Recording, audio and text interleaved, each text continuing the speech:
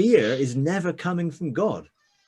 You know, any fear-based thing in all of this, we know it cannot be sourced in God, because God is not the author of fear. Perfect love casts out fear.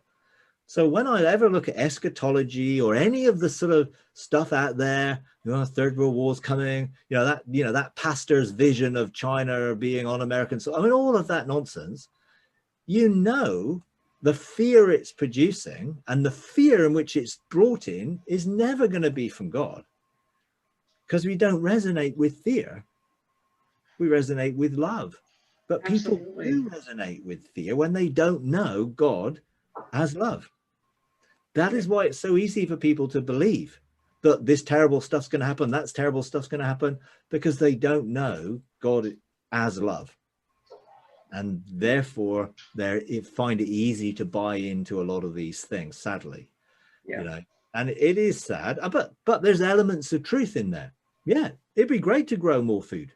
You know, there's nothing wrong in that. And actually, if the world systems, the financial system, other systems actually collapse because they're shaken and they're not God's kingdom, we do need an alternative. Jesus gave us some hints. You can turn water into wine, so you can transmute one thing into another. You can multiply what you have. You can see some things never run out.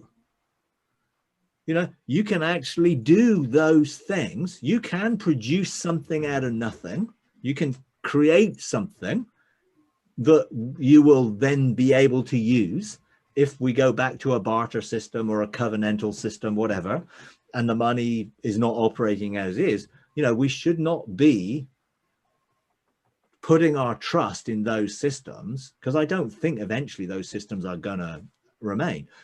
But we need to get ready to operate in a different system, not out of fear, but because we need to demonstrate what it is to operate the kingdom on earth. Then everyone who needs food, they're going to know where to go.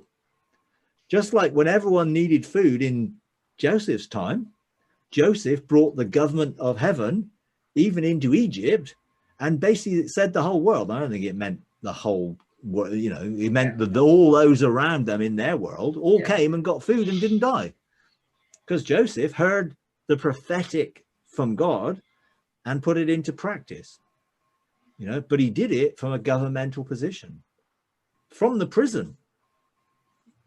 So just because right now we may all be in our own sort of prisons when it comes to world affairs, actually we're not going to stay there. And we do need to learn how to choose and create realities which are aligned to the kingdom, which may well need to be very supernatural. And we do need to find how we can draw out the treasure room of heaven and the resources of heaven and the power of heaven, you know. And so I'm fully expecting that we will be given revelation of power sources which are not grid based and all of that. And some of them already exist, you know, because maybe those things are coming, but they're not the judgment of God. You know, that's the thing. God is not wanting to destroy everything. He wants to restore everything. But for restoration to take place, there's got to be change. You can't keep on with the same and expect the same to produce different results. Those things have to change. Hi everyone, we're starting a Patreon page, patreon.com/freedomarc. And we would like to invite you to partner with us in taking the message of God's unconditional love, limitless grace, triumphant mercy to a bigger global audience.